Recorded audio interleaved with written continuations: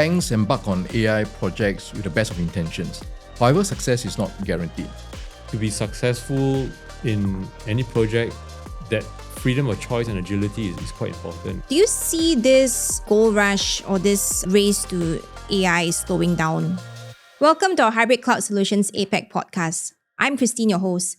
Today's theme, from AI gold rush to AI outcomes. The numbers tell the story.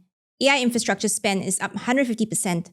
Only 1 in 4 organizations have scaled more than 40% of their pilots to production, and 56% of CEOs say they have no measurable revenue or cost reduction to show for it. So the rush is real. The outcomes, maybe not. Today we ask why and what it takes to turn AI ambition into results and what responsible AI is all about. I have 2 guests who see this play out every day. Yi-Tiong, you sit closer to the regulator than anyone. Give us your role and what the rush looks like in banking and financial services right now. Thanks, Christine. I'm Yi-Tiong, Regional Sales Director for the financial services industry covering the APAC region. So I've been in the IT industry now for more than 30 years, and a large part of it is working with customers in the financial services industry.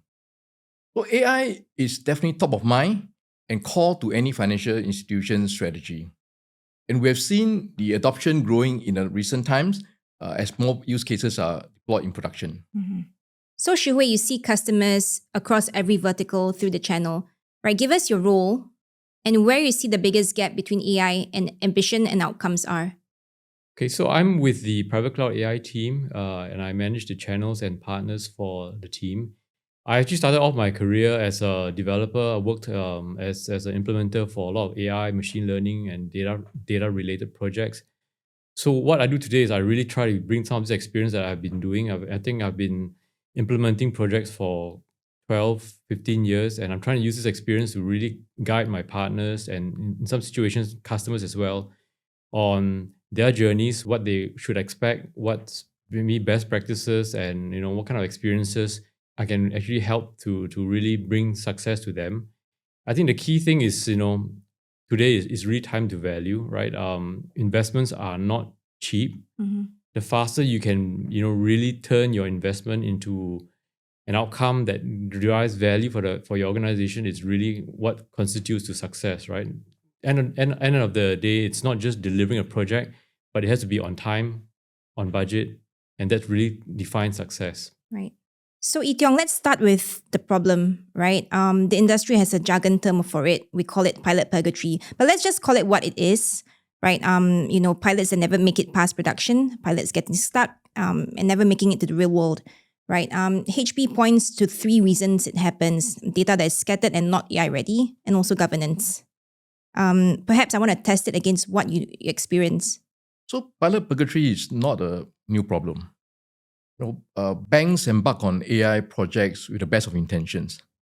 However, success is not guaranteed. You mentioned 3 reasons. I would say data quality and governance will rank highly in the financial services industry. Responsible AI practices is a key pillar in the financial services industry as they embark on AI. And by that I mean, AI governance, risk management frameworks, guided by AI principles across the whole life cycle, from ideation, development, deployment, and management. That's good. I think, Shui, from the channel perspective, right? How do you spot a customer who's already stuck before they even know it? So generally, we'll start by the questions that they ask. But really, I think usually they're stuck when they haven't even been able to define a proper use case that can derive measurable ROI, right? And usually that's the main problem that I see, right? Really nailing down not just a high level use case, but really decomposing it down to the elements and really, building from ground up back to, how do you want to measure the eventual success of that project as well. So now the harder question, right? Yi-Tiong, from what you see, how does a customer really move beyond that barrier of, getting unstuck? So it really has to come from the top. So by that I mean the board, the senior management team. And really leadership is a key criteria for success. They have to drive accountability and maintain governance across all levels, the business group, the IT, the operations. It is not easy, but it's a critical success factor. And, recent years, we have seen Evident AI publish, the AI maturity of the top 50 banks globally. And leadership is really come out one of the key a success factor. And those banks that rank in the top 5 are already have demonstrated strong leadership from top down. So I think the question I have is, when you say it comes from the top, do you mean the regulators, the auditors, or who, the top meaning? Yeah. No, I mean really coming from the board, starting from the board Okay. and the senior management team. So it's come top down driving the whole process, the strategy, the governance. Right. Okay. And I think, Shu Wei, maybe this is for you, right? From a partner deal perspective, when is the architecture the decision frames or decides the entire deal, right? Which acceleration play works in the speed to AI value, inferencing age, or even networks if you've had experience on this? So you again boil back down to the use case, right? The architecture is usually secondary. Once they've nailed down the use case, the kind of data that they're trying to deal with, how spread out it's going to be, then that really drives the next conversation of how do we deploy this in the most cost-effective way that really drives up the value, right? And that's where architecture comes in, generally, then that will drive into like deployment architectures, right? On cloud, prem, hybrid.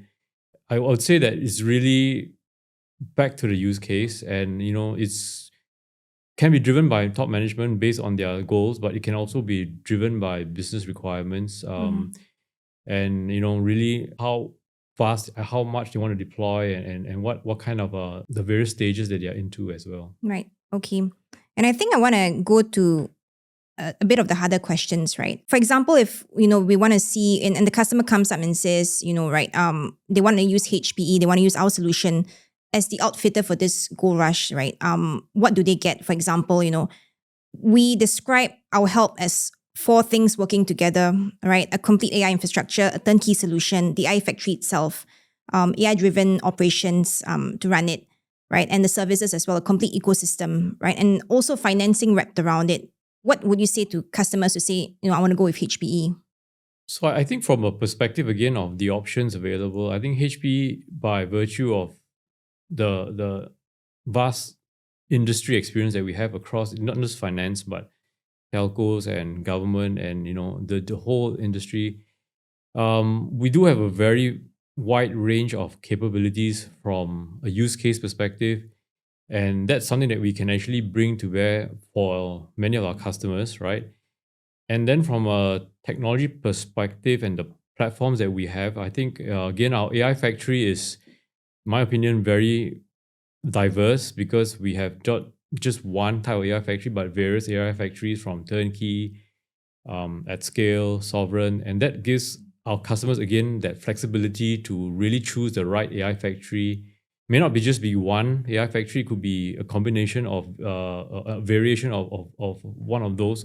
But then that gives them the flexibility from an architecture and platform deployment. And not just the technology, but also the way it's deployed, both from a consumption and a commercial perspective, right? So again, we've got very flexible terms that we can deploy our technology from a CapEx, OpEx, pure consumption.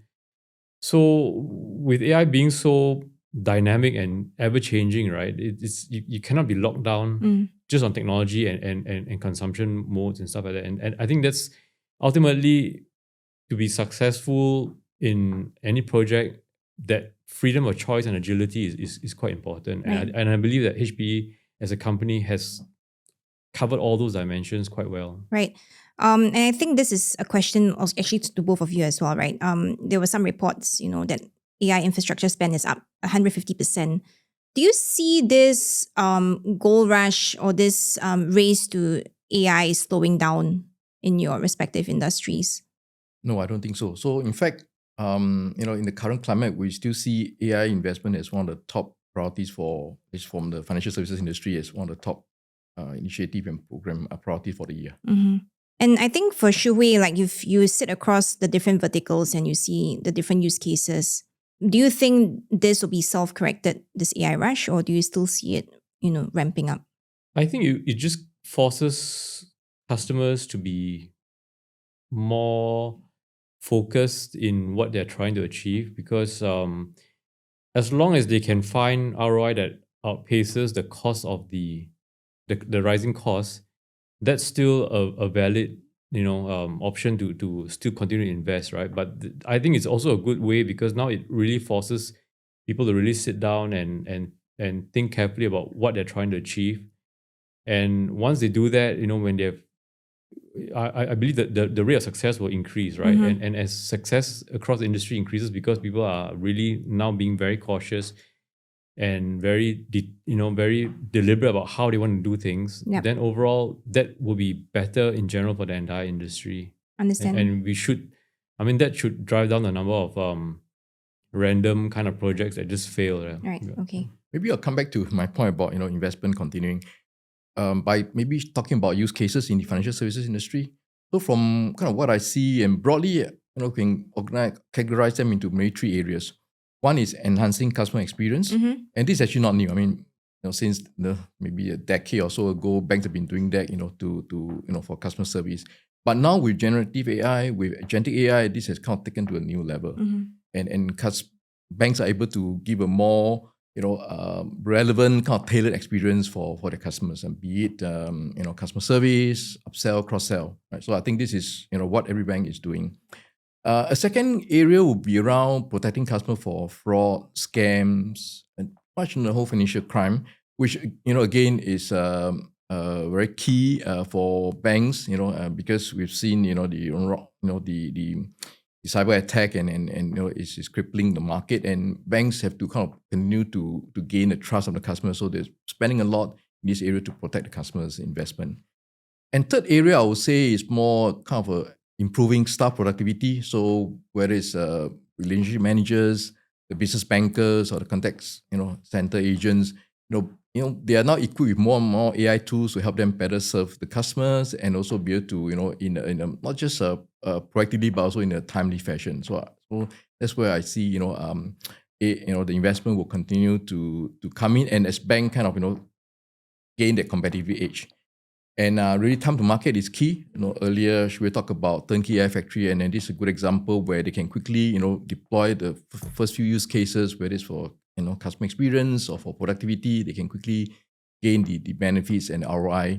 And then as they build out AI skill, then they need to things get more complex. Right. That's where HP services can help them in terms of dealing with say a multi-cloud management, in terms of dealing with governance and security, and this is where HP can help through our AI factory practice. Last segment, one sentence each. If a customer is greenlighting an AI project this week, what is the one thing you would tell them? Ee Tiong, you first. No surprises. My message will be data management, governance, and risk management. That's good. Shu Wei, one line answer. Time to value, right? I think the faster you can get your project in production and you can realize the value, that's when you're successful.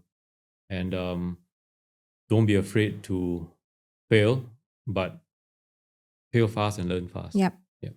Two views, one thread. The winners of this rush will not be the ones who spend the most. They'll be the ones who turn ambition into outcomes first. If you want to put this into action, 3 places you can start with: the HP AI Strategy and Readiness Workshop to align ambition and governance, the Customer Innovation Center and Vision session to see what AI looks like done right. And if you want to see some rapid prototyping, please get in touch with us. Our HP Private Cloud AI Proof of Concept can validate the production readiness. Ee Tiong, Shu Wei, thanks for coming and thanks for joining us. And for our listeners, thank you. We'll see you next episode.